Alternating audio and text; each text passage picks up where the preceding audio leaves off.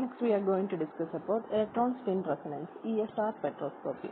അപ്പോൾ NMRന്റെ basic principle പഠിച്ച കാര്യങ്ങളൊക്കെ തന്നെയാണ് ESRലും വരുന്നത്.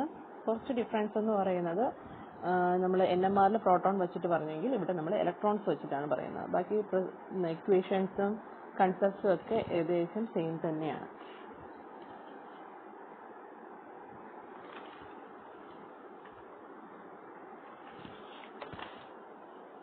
So electron spin resonance spectroscopy എന്ന് പറയുന്നത് നമ്മൾ അബ്സോർപ്ഷൻസ് എന്ന് പറയുന്നത് ഒബ്സർവ് ചെയ്യുന്നത് it is in the microwave റീജിയനിൽ തന്നെയാണ്. പ്രോട്ടോൺ NMR പറഞ്ഞതുപോലെ അവിടെ ഇവിടെയും മൈക്രോവേവ് റീജിയനിൽ തന്നെയാണ് അബ്സോർപ്ഷൻ വരുന്നത്. Usually between energy levels of electron with unpaired spin in external magnetic field. നമ്മൾ അവിടെ പ്രോട്ടോണിന്റെ കേസ് പറഞ്ഞെങ്കിൽ ഇവിടെ അൺപെയർഡ് ഇലക്ട്രോൺസ് ആണ് നമുക്ക് ESR സിഗ്നൽസ് തരുന്നത്. അപ്പോൾ അവിടെ ട്രാൻസിഷൻ എന്ന് പറയുന്നത് ഇലക്ട്രോൺസ് മറ്റോ പ്രോട്ടോണിൽ നമ്മൾ പറഞ്ഞു മാഗ്നറ്റിക് ഫീൽഡിൽ വയ്ക്കുമ്പോഴത്തേക്ക് എനർജി ലെവൽസ് സ്പ്ലിറ്റ് ആവും. അതുപോലെ തന്നെയാണ് ഇലക്ട്രോൺസിന്റെ energy ലെവൽസും. If you are applying the magnetic field, its energy levels get split, and the transitions happens between these electron energy levels. അപ്പോൾ എനർജി ലെവൽസിന്റെ തമ്മിലുള്ള ട്രാൻസിഷന്റെ ഫലമായിട്ട് absorption happens from the microwave region. അപ്പോൾ നമ്മൾ magnetic field apply ചെയ്യുമ്പോഴത്തേക്ക് ഏതാണോ ഇതിന്റെ absorption ഈ energy ഗ്യാപ്പിന്റെ റെസൊണൻസിൽ വരുന്ന ആ ഫ്രീക്വൻസിയിൽ അത് അബ്സോർബ് ചെയ്യും. the transition happens from lower energy to higher energy. Same principle തന്നെയാണ് നമ്മൾ പ്രോട്ടോൺ NMRൽ യൂസ് ചെയ്ത സെയിം പ്രിൻസിപ്പിൾസും ഇക്വേഷൻസും തന്നെയാണ് ESRലും വരുന്നത്. അപ്പോൾ ഇത് usually shown by the species like ഏതൊക്കെ സ്പീഷീസ് കാണിക്കാം, അൺപെയർഡ് ഇലക്ട്രോൺസ് കാണിക്കാം, അയോൺസ് കാണിക്കാം, ഫ്രീ റാഡിക്കൽസ് കാണിക്കാം, അല്ലെങ്കിൽ മോളിക്യൂൾസ് വിത്ത് ഓഡ് ഇലക്ട്രോൺസ് ഉള്ള സ്പീഷീസ് നമുക്ക് ESR സിഗ്നൽസ് തരാം. ഇപ്പോൾ ഒരു കാര്യം നമ്മൾ ശ്രദ്ധിക്കേണ്ടതെന്ന് വെച്ചാൽ പെയർഡ് ആയിട്ടുള്ളതിന് കംപ്ലീറ്റ് ഇലക്ട്രോൺസ് പെയർഡ് ആണെങ്കിൽ അത് സിഗ്നൽസ് തരില്ല. It should have at least one unpaired electron to show the ESR signal. ആ ഒരു കണ്ടീഷൻസ് നമ്മൾ മനസ്സിൽ വിചാരിക്കാം. നെക്സ്റ്റ് തിയററ്റിക്കൽ പ്രിൻസിപ്പിൾസ് പറയുന്നത് വേറൊന്നുമില്ല. നമ്മൾ ഇലക്ട്രോൺ എന്ന് പറയുന്നത് it is having charge and it will spin. അപ്പോൾ സ്പിന്നിങ് ന്യൂക്ലിയസ് എന്ന് പറയുന്നത് ചാർജ് ന്യൂക്ലിയസ് സ്പിൻ ചെയ്യുമ്പോൾ it will produce A magnetic field. അപ്പോൾ ഇതിന് ആംഗുലാർ മൊമെന്റം എന്ന് പറയുന്നത് it will interact with the magnetic moment of the applied magnetic field. So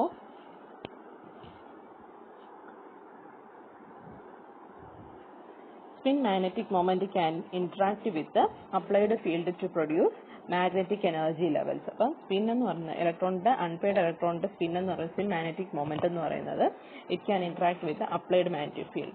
അപ്പോൾ അത് നമ്മൾ നേരത്തെ NMRൽ പഠിച്ച പോലത്തെ ഇക്വേഷൻസ് തന്നെയാണ്. നമുക്ക് സ്പിൻ കോണ്ടന്റ് നമ്പർ എന്ന് പറയുന്നത് ഹിയർ 1/2 തന്നെയാണ്. പ്രോട്ടോണിന്റെ പറഞ്ഞതുപോലെ ഇലക്ട്രോണിന് 1/2 തന്നെയാണ്.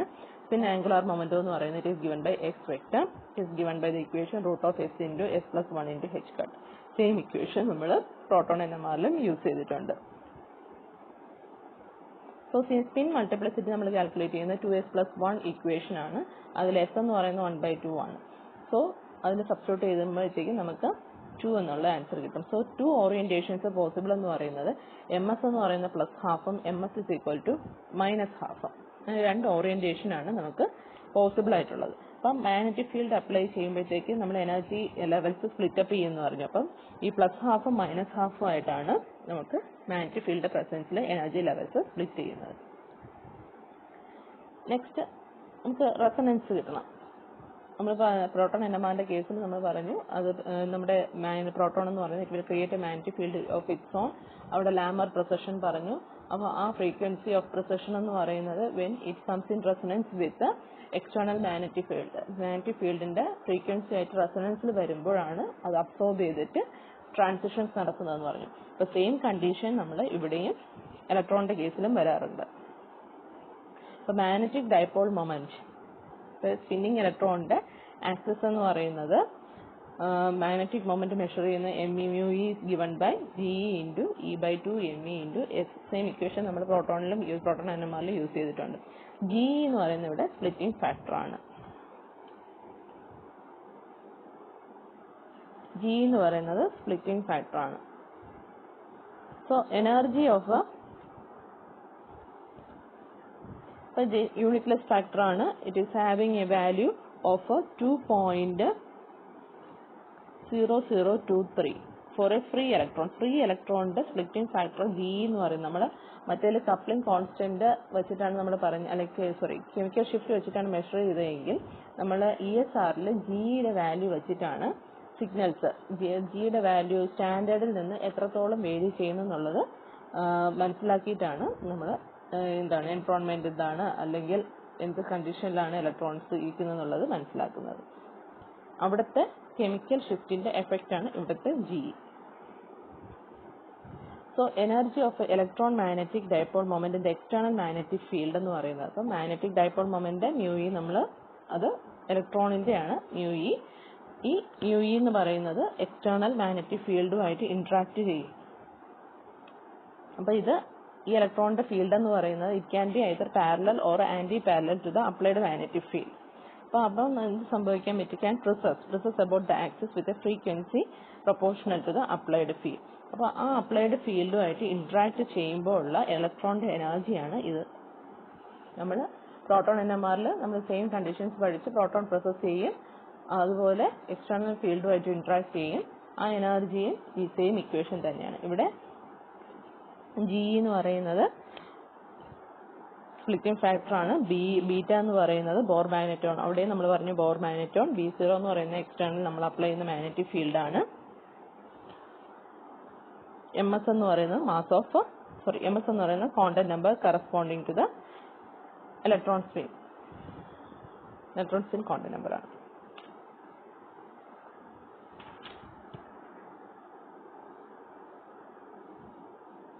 സോ ബീറ്റയുടെ വാല്യൂ ഈ വാല്യൂസ് എല്ലാം ബീറ്റ എന്ന് പറയുന്ന h/2 mv ആണ്. അതിന്റെ വാല്യൂസ് എല്ലാം സബ്സ്റ്റിറ്റ്യൂട്ട് ചെയ്ത് കഴിഞ്ഞാൽ we will get the value 9.27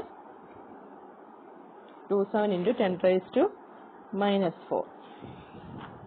bore magneton എന്ന് നമ്മൾ പ്രോട്ടോൺ NMRലും പഠിച്ചിട്ടുണ്ട്. So electron spin magnetic moment has two energy levels എന്ന് നമ്മൾ പറഞ്ഞു. It corresponds to MS is equal to +12 and another one is having -12. നമ്മൾ മാഗ്നറ്റിക് ഫീൽഡ് അപ്ലൈ ചെയ്യുമ്പോഴത്തേക്ക് ഈ എനർജി ലെവൽസ് എന്ന് പറയുന്നത് it will split into degeneracy and disappear. It will split into two states, one of lower energy and another is of higher energy.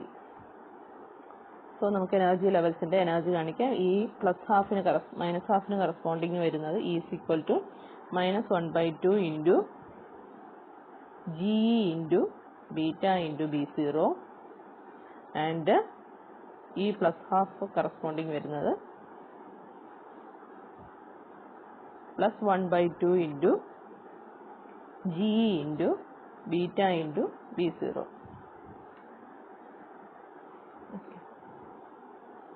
So നമ്മൾ represent ചെയ്യുകയാണെങ്കിൽ energy levels represent ചെയ്യണമെങ്കിൽ ഇത് this is in the absence of A magnetic field. B is equal to 0. So energy എന്ന് പറയുന്നത് മുകളിലോട്ട് പോകുന്നത് കൂടി വരും. സോ നമ്മൾ മാഗ്നറ്റിക് ഫീൽഡ് അപ്ലൈ ചെയ്ത് കഴിഞ്ഞാൽ it will split into two energy levels, MS of +12 higher energy and MS of -12 lower energy. So ഇവിടെ അപ്ലൈഡ് ഫീൽഡ് എന്ന് പറയുന്നത് B0 ആണ്.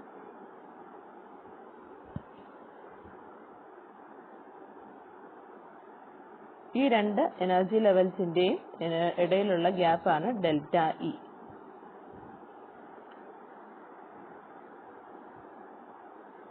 ഈ രണ്ട് എനർജി ലെവൽസ് നമുക്ക് തന്നിട്ടുണ്ട്. ഈ രണ്ടെണ്ണത്തിന്റെയും കൂടെ ഡിഫറൻസ് ആണ് ΔE എന്ന് പറയുന്നത്. So ΔE can be represented as ΔE എന്ന് പറയുന്നത് GE into beta into B0.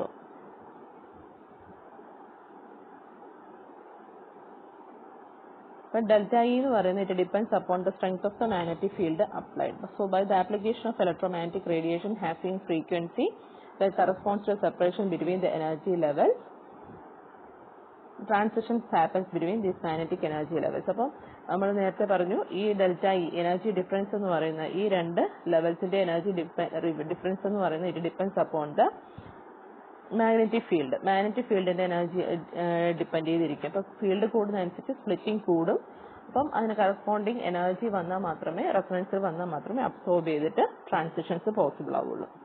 അപ്പോൾ സെയിം പ്രിൻസിപ്പിൾ നമ്മൾ NMR പറഞ്ഞത് തന്നെയാണ്. സോ ദിസ് ഫിനോമിനയാണ് നമ്മൾ ഇലക്ട്രോൺ മാഗ്നറ്റിക് റെസൊണൻസ് സ്പെക്ട്രോസ്കോപ്പി അല്ലെങ്കിൽ ഇലക്ട്രോൺ സ്പിൻ റെസൊണൻസ് സ്പെക്ട്രോസ്കോപ്പി എന്ന് പറയുന്നത് ESR. The interaction is between the oscillating magnetic field of radiation and the magnetic dipole moment of unpaired electron. അപ്പോൾ unpaired electronന്റെ magnetic dipole of unpaired electronും പിന്നെ oscillating magnetic ഫീൽഡും തമ്മിലുള്ള interaction ആണ് ഇവിടെ നടക്കുന്നത്.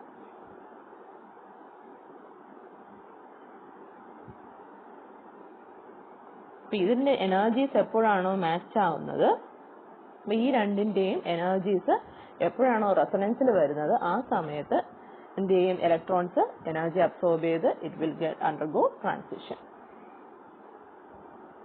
So energy, here the magnetic field strength,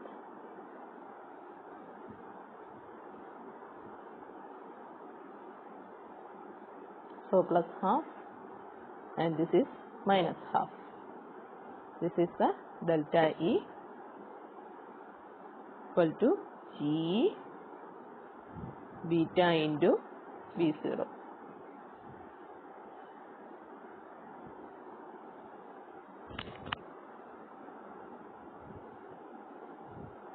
അപ്പോൾ ഏത് ഫ്രീക്വൻസിയിലാണോ transition നടക്കുന്നത് ആ ഫ്രീക്വൻസി ബോർ ഫ്രീക്വൻസി കണ്ടീഷൻ നമ്മൾ പ്രോട്ടോൺ NMR പറഞ്ഞു. സോ ആ ഫ്രീക്വൻസി എന്ന് പറയുന്നത് ന്യൂ ഈസ് ഈക്വൽ ടു നമുക്കറിയാം delta E by H.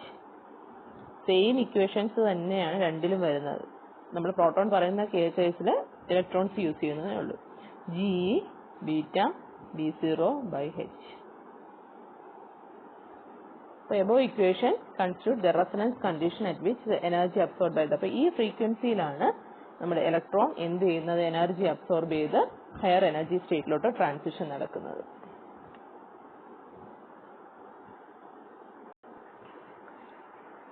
Next we are going to discuss about the G factor. G factor നേരത്തെ നമ്മൾ പറഞ്ഞു കെമിക്കൽ ഷിഫ്റ്റിന് ഈക്വലന്റ് ആണ് ESRലെ G factor എന്ന് പറയുന്നത്.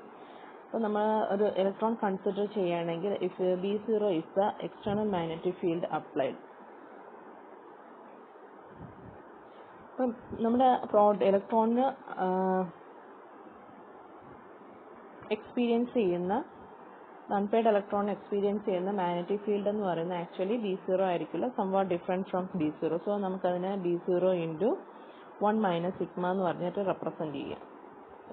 സിഗ്മ എന്ന് പറയുന്ന സ്ക്രീനിങ് കോൺസ്റ്റന്റ്. സോ നമ്മൾ നേരത്തെ ഇക്വേഷനിൽ ഫ്രീക്വൻസിയിൽ ന്യൂ ഈസ് ഈക്വൽ ടു ഈ ഇക്വേഷൻ സബ്സ്റ്റിറ്റ്യൂട്ട് ചെയ്ത് കഴിഞ്ഞാൽ G into beta into B0 into 1 minus sigma divided by H എന്ന് എഴുതാം. സോ ഇതിനെ ജനറലി നമുക്ക് G ഇൻറ്റു 1 മൈനസ് സിഗ്മനെ നമുക്ക് G എന്ന് പറഞ്ഞ് മാത്രം റെപ്രസെൻറ്റ് ചെയ്യാം. കോമൺ ആയിട്ട് G into beta into B0 by H. So this is the frequency, transition frequency. or G ക്ക് നമുക്ക് റെപ്രസെൻറ്റ് ചെയ്യാം G is equal to H nu into beta into B0. G എന്ന് പറയുന്നത് is called as splitting factor. For a free electron the G value എന്ന് പറയുന്നത് നേരത്തെ നമ്മൾ പറഞ്ഞു 2.0023 ആണ്.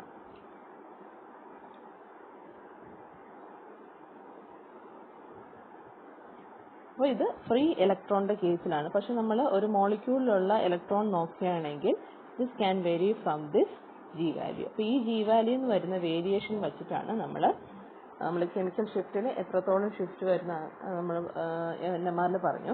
പക്ഷെ അത്ര ഡെപ്തിലല്ലെങ്കിൽ അത്രയും എഫക്റ്റീവായിട്ട് ESRന്റെ കേസിൽ നമുക്ക് പറയാൻ പറ്റില്ല.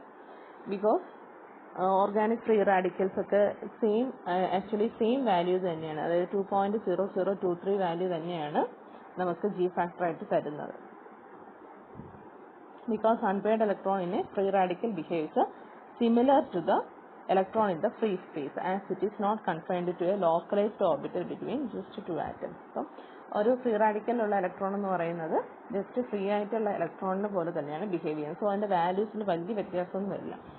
എന്നാൽ അയോണിക് ക്രിസ്റ്റൽസിലുള്ളതൊക്കെ കുറച്ച് വേരിയേഷൻ കാണിക്കാറുണ്ട്. യൂഷ്വലി 0.2 to 0.8 വാല്യൂസ് വരെ കാണിക്കാറുണ്ട്.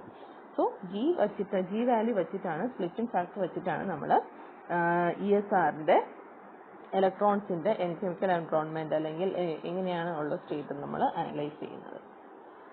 നമ്മൾ പ്രോട്ടോൺ NMRൽ പറഞ്ഞതുപോലെ തന്നെ 2 ഡിഫറെൻറ്റ് മെത്തേഡ്സ് യൂസ് ചെയ്തിട്ടാണ് നമ്മൾ ഇലക്ട്രോൺ ESR മെഷർ ചെയ്യുന്നത്. ഒന്ന് frequency sweep method, second one എന്ന് പറയുന്നത് ഫീൽഡ് സ്വീപ്പ് മെത്തേഡ്. അബ്സോർപ്ഷൻ എന്ന് പറയുന്നത് ഫ്രം മൈക്രോവേവ് റീജിയനിൽ തന്നെയാണ്. നെക്സ്റ്റ് നമ്മൾ പറയുന്നത് how we can represent ESR Spectra.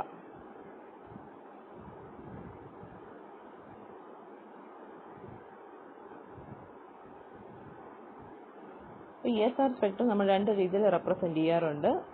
ഒന്ന് സിഗ്നൽ വേഴ്സസ്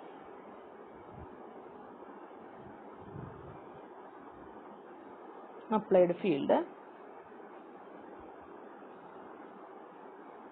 ഒരു പീക്ക് ആയിട്ട് റെപ്രസെൻറ്റ് ചെയ്യാറുണ്ട്.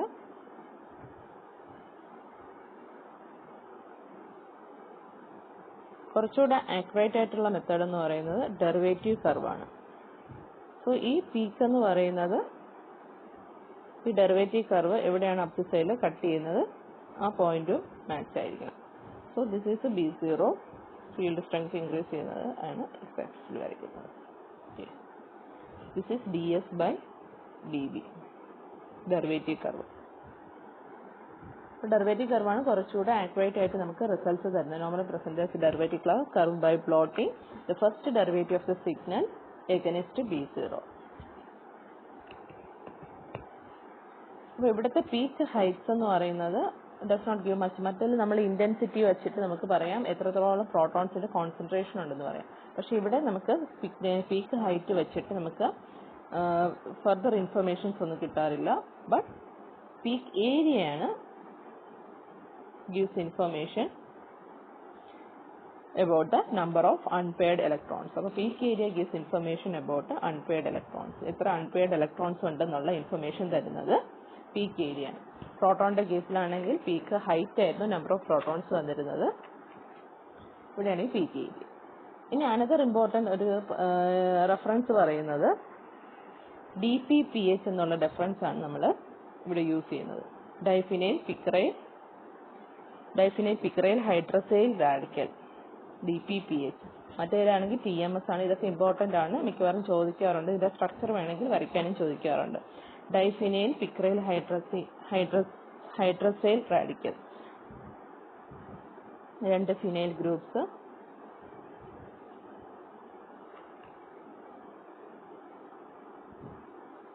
ടെട്രാമീഥൈൽ സിലിണ്ടറും ചോദിക്കാറുണ്ട്.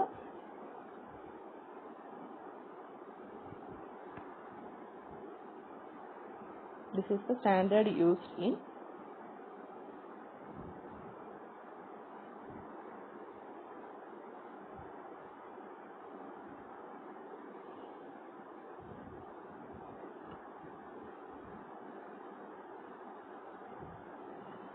ESR spectrum. Diphenyl picryl hydrazyl radical DPPH എന്നാണ് നമ്മൾ പറയുന്നത്. അപ്പോൾ DPPH കണ്ടെയ്ൻ 1 ഗ്രാമിൽ 1.53 × 10⁻21 അൺപെയർഡ് ഇലക്ട്രോൺസ് ഉണ്ട്. അപ്പോൾ ഇതിൻ്റെ സിഗ്നൽ എന്ന് പറയുന്നത് വളരെ സ്ട്രോങ് ആയിരിക്കും. അപ്പോൾ ഇതിൽ നിന്ന് എത്രത്തോളം വേരിയേഷൻ ആണ് നമ്മുടെ G ഫാക്ടർ കാണിക്കുന്നത് എന്നുള്ളതാണ് നമ്മൾ മെഷർ ചെയ്യുന്നത്.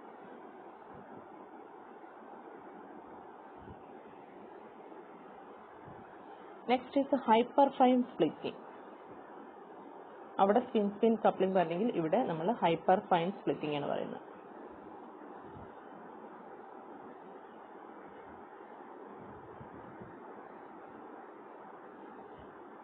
ഇത് ഇമ്പോർട്ടൻ്റ് ആണ്.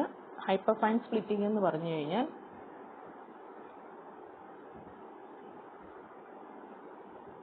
Spin magnetic moment of unpaired electron. Spin magnetic moment എന്ന് പറയുന്നത് അൺപെയർഡ് ഇലക്ട്രോണിന്റെ S വെക്ടർ എന്നാണ് റെപ്രസെന്റ് ചെയ്യുന്നത്. Interact with spin magnetic moment of mu of neighboring nuclei. അപ്പോൾ തൊട്ടടുത്ത് നിൽക്കുന്ന ന്യൂക്ലിയയിൽ പ്രോട്ടോൺസ് ഒക്കെ ഉണ്ടെങ്കിൽ എനിക്ക് ഇൻട്രാക്ട് ചെയ്യാൻ പറ്റും.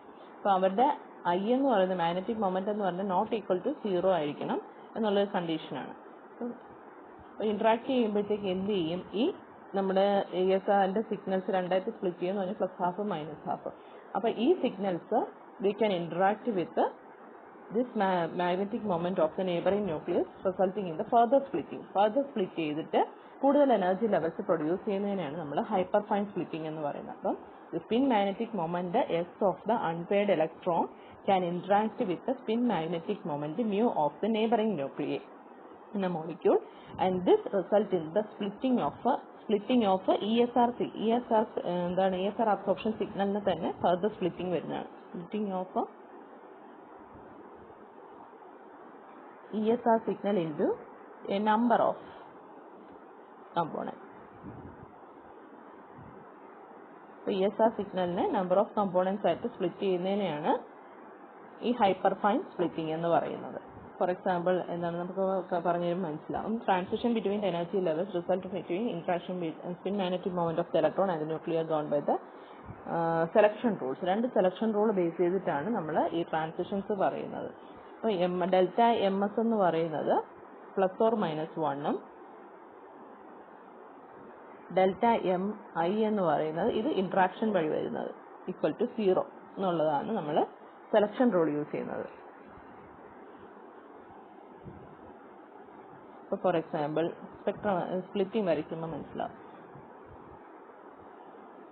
അപ്പോൾ നമ്മൾ degeneracy in the absence of magnetic field രണ്ട് ലെവൽസ് ആണ് നമ്മൾക്ക് ഉള്ളതെന്ന് പറഞ്ഞു. മാഗ്നറ്റിക് ഫീൽഡ് അപ്ലൈ ചെയ്യുമ്പോഴത്തേക്ക് it will get splitted into 2 energy levels, that is plus half. M S is equal to plus half and M S is equal to minus half. Okay, ഈ M S plus half can interact with neighbouring nuclei.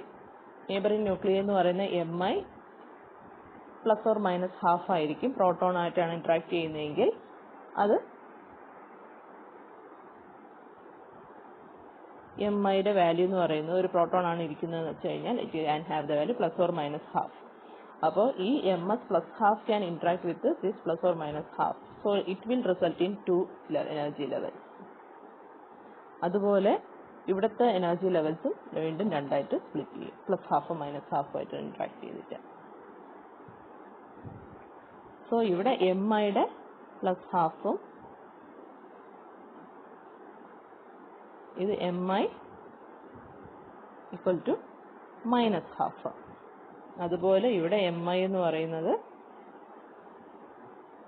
Minus half and here M I എന്ന് പറയുന്നത് plus half.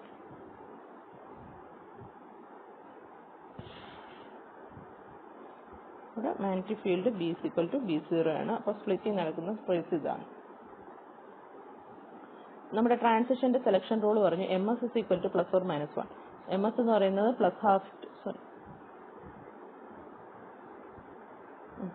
Minus half to plus half പോകുന്നതിനെയാണ് നമ്മുടെ plus or minus 1 എന്ന് പറയുന്നത്. M ഐയുടെ കേസിലാണെങ്കിലോ plus ഹാഫിൽ നിന്ന് plus ഹാഫിലോട്ട് പോകുന്ന ട്രാൻസിഷനാണ് പോസിബിൾ എന്ന് പറയുന്നത്. അതുപോലെ മൈനസ് ഹാഫിൽ നിന്ന് മൈനസ് ഹാഫിലോട്ട് പോകുന്ന ട്രാൻസിഷനാണ്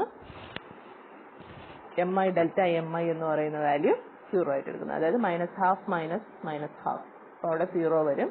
അതുപോലെ plus half minus plus half that is equal to 0. അപ്പോൾ ഡെൽറ്റ എം ഐയുടെ വാല്യൂ 0 എന്നുള്ള കണ്ടീഷൻ മെയിൻറ്റെയിൻ ചെയ്തിട്ടാണ് ഈ രണ്ട് ട്രാൻസിഷൻസ് നടക്കുന്നത്. ഡെൽറ്റ എസിന് പോസിബിൾ ആയിട്ടുള്ള ട്രാൻസിഷൻ 1. അപ്പോൾ ഇവിടെ രണ്ട് സിഗ്നൽസ് ആണ് നമുക്ക് കിട്ടുന്നത്. ESRന് രണ്ട് സിഗ്നൽസ് കിട്ടും.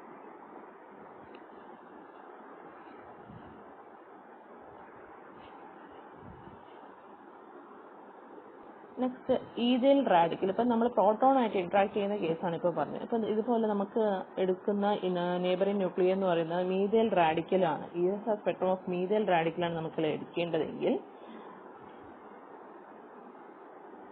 കാർബൺ ന്യൂക്ലിയസിന്റെ ഐ എന്ന് പറയുന്ന വാല്യൂ 0 ആണ്. No net spin. So MS can interact with, MSന്റെ വാല്യൂ നമുക്കറിയാം പ്ലസ് ഓർ മൈനസ് ഹാഫ് ആണ്. ഇറ്റ് ക്യാൻ ഇന്ററാക്ട് വിത്ത് പ്രോട്ടോൺസുമായിട്ടാണ് ഇന്ററാക്ട് ചെയ്യാൻ പറ്റുന്നത്. അത് എത്ര രീതിയിൽ നമുക്ക് ഇന്ററാക്ട് ചെയ്യാൻ പറ്റും എന്നുള്ളത് നോക്കാം. ഇപ്പോൾ 3 പ്രോട്ടോൺസ് ആണുള്ളത്. 3 പ്രോട്ടോൺസിന് ഡിഫറെൻറ്റ് ടൈപ്പിലാണ് അലൈൻമെൻറ്റ് പറയുന്നത്. ഒന്നിൽ എല്ലാം ഡൗൺവേർഡ്, ഇല്ലെങ്കിൽ എല്ലാം അപ്വേർഡ്, ഇല്ലെങ്കിൽ 2 ഡൗൺവേർഡ്, 1 അപ്വേർഡ്, 1 ഡൗൺവേർഡ്, 1 അപ്വേർഡ്, വീണ്ടും 1 ഡൗൺവേർഡ്, അല്ലെങ്കിൽ 1 അപ്വേർഡ്, 2 ഡൗൺവേർഡ്. ഇതിൻ്റെ ജസ്റ്റ് ഓപ്പോസിറ്റ് ആയിരിക്കും നമ്മൾ മോളിൽ വരയ്ക്കുന്നത്. 2 അപ്വേർഡ്, 1 ഡൗൺവേർഡ്. ഇതിൻ്റെ ഓപ്പോസിറ്റ് 1 അപ്വേർഡ്, 1 ഡൗൺവേർഡ്, വീണ്ടും 1 അപ്വേർഡ്. അതുപോലെ ഇതിൻ്റെ ഓപ്പോസിറ്റ് ഡൗൺവേർഡ്, അപ്വേർഡ്, ഡൗൺ.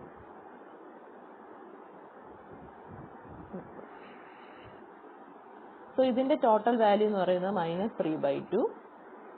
ഇതിൻ്റെ ടോട്ടൽ വാല്യൂ എന്ന് പറയുന്നത്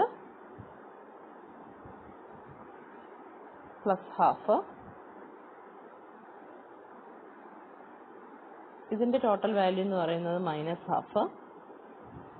ഇവിടുത്തെ ടോട്ടലി +12, മുകളിലോട്ടല്ലേ. സോ ഇവിടെ -3/2. അപ്പോൾ ഇതിൻ്റെ വാല്യൂസ് എന്ന് പറയുന്നത് 1/2 1/2 ആഡ് ചെയ്ത് നമ്മൾ നോക്കുന്നതാണ് ടോട്ടൽ വാല്യൂസ് നമുക്കിവിടെ കിട്ടുന്നത്. ഓക്കെ. സോ ഈ വാല്യൂസ് വെച്ചിട്ടാണ് നമ്മൾ സ്പ്ലിറ്റിംഗ് പറയുന്നത്. അപ്പം നമുക്ക് ആക്ച്വലി ഉള്ള സ്റ്റേറ്റിൽ S ±2 electron ഉണ്ട്, the absence of magnetic field, but after the application of magnetic field it gets splitted up into 2, +12 and -12.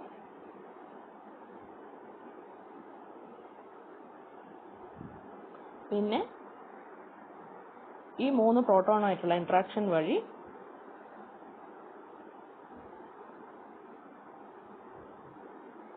വീണ്ടും 4 ആയിട്ട് സ്പ്ലിറ്റ് ചെയ്യും.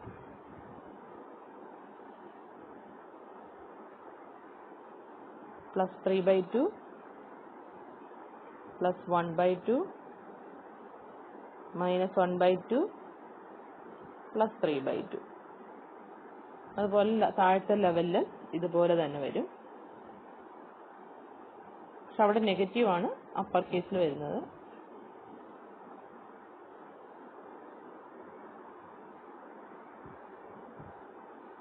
+3/2 -1/2 -3/2,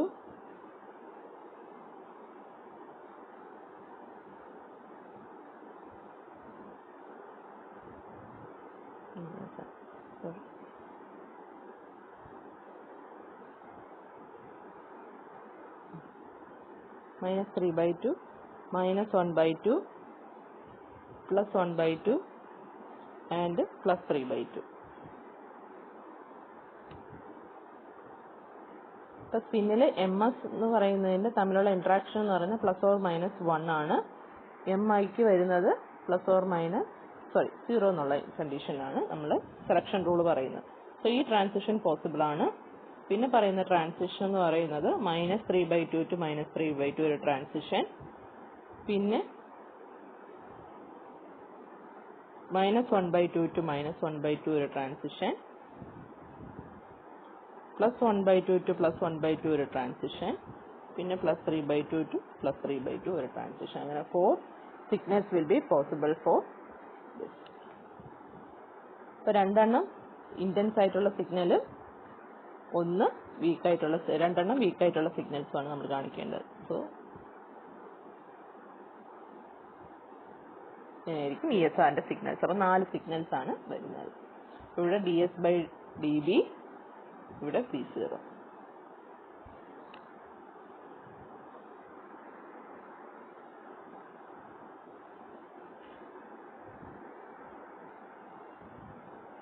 അടുത്ത് പറയുന്ന ESR സ്പെക്ട്രം ഓഫ്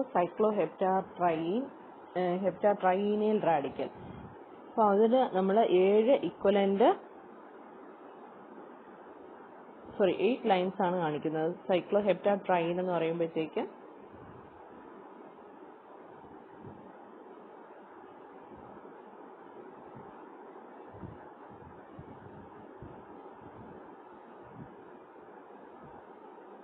7 കാർബൺ, ഒരു ഹൈഡ്രജൻ, ഒരു ഫ്രീ റാഡിക്കൽ.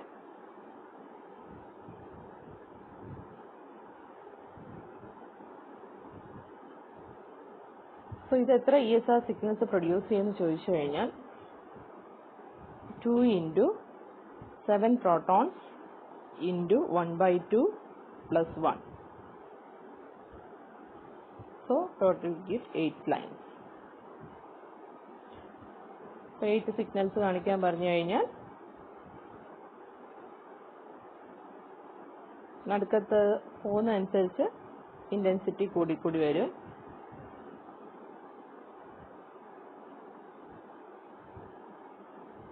പിന്നെ 8 ലൈൻസ് ആണ് നമുക്ക് 8 സിഗ്നൽസ് ആണ് കിട്ടുന്നത്. അടുത്ത ഫിനൈൽ റാഡിക്കലിൻ്റെ എത്ര സിഗ്നൽസ് തരുമെന്ന് ചോദിച്ചു കഴിഞ്ഞാൽ ഫിനൈൽ റാഡിക്കലിന്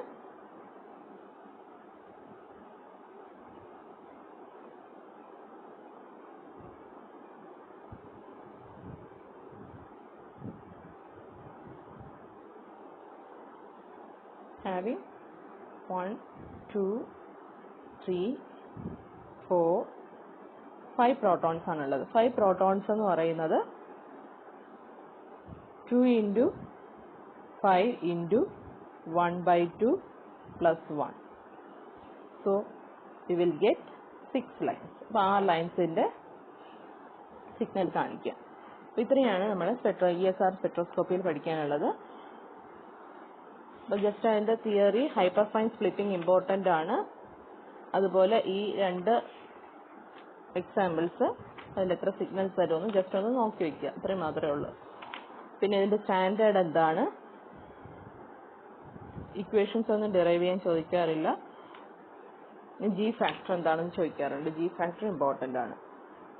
അതിൻ്റെ ആപ്ലിക്കേഷൻ വരുന്നത് നമ്മുടെ കോമ്പൗണ്ട് ESR തരുന്നത് കോമ്പൗണ്ട് ഏതൊക്കെയായിരിക്കും, ഫ്രീ റാഡിക്കൽസ് അല്ലെങ്കിൽ അൺപെയർഡ് ഇലക്ട്രോൺസ് ഉള്ളതൊക്കെയാണ് നമുക്ക് ESR സിഗ്നൽസ് തരുന്നത്. So identification of free radicals ഉണ്ടോ എന്നുള്ളത് മനസ്സിലാക്കാൻ പറ്റും. Determination of relative concentration of free radicals. അപ്പോൾ ഇലക്ട്രോൺസിന്റെ ഇന്റൻസിറ്റി നമുക്ക് മനസ്സിലാക്കുന്നത് ഏരിയ ഓഫ് ദ പീക്ക് വെച്ചിട്ടാണ് നമ്മൾ മനസ്സിലാക്കുന്നത്. ഓക്കെ,